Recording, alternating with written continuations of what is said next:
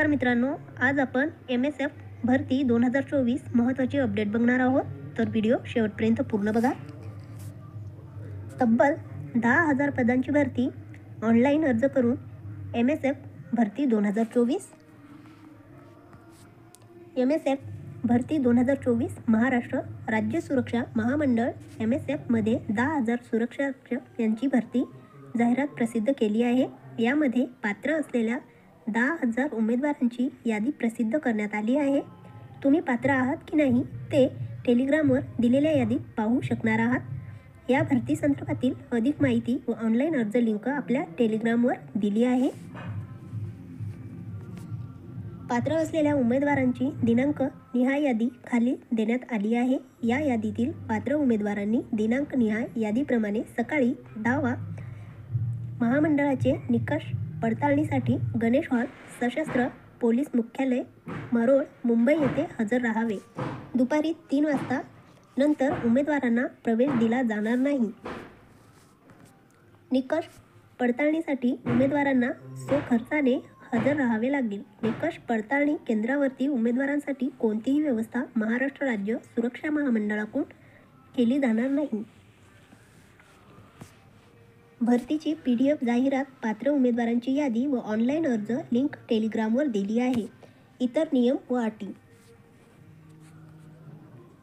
उमेदवारास दिलेल्या दिनांकास अपवादात्मक परिस्थितीत इतर तातडीचे काम, निकष पडताळणीसाठी हजर राहणे शक्य नसल्यास प्रसिद्ध केलेल्या यादीतील दुसऱ्या कामकाजाच्या दिवशी ते हजर राहू शकतात, परंतु दिनांक 20/12/2024 रोजी शेवटचा दिवस असून त्या दिवशीही गैरहजर राहिल्यास त्यानंतर त्यांना पुन्हा प्रवेश दिला जाणार नाही व निकष पडताळणी 2024 करिता विचार केला जाणार नाही।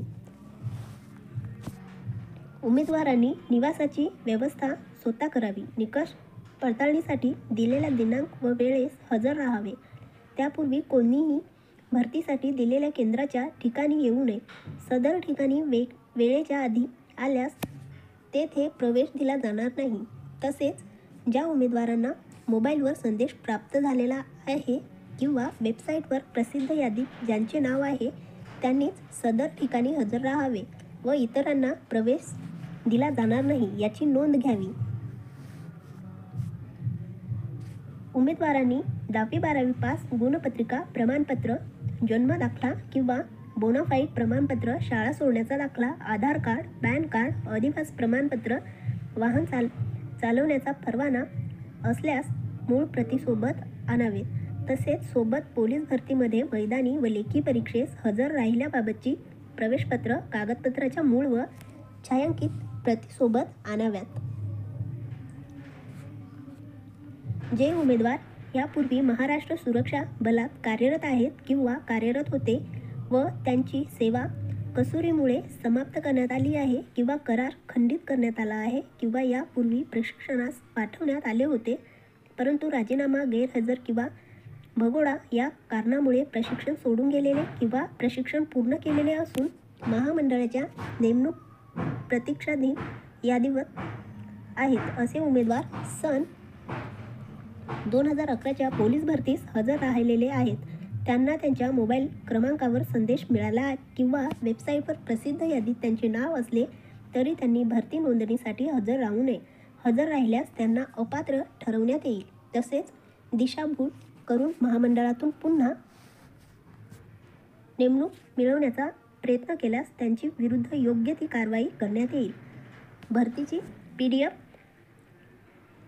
जाहिरात, पात्र उमेदवारांची यादी व ऑनलाईन अर्ज लिंक वरती दिली आहे। धन्यवाद।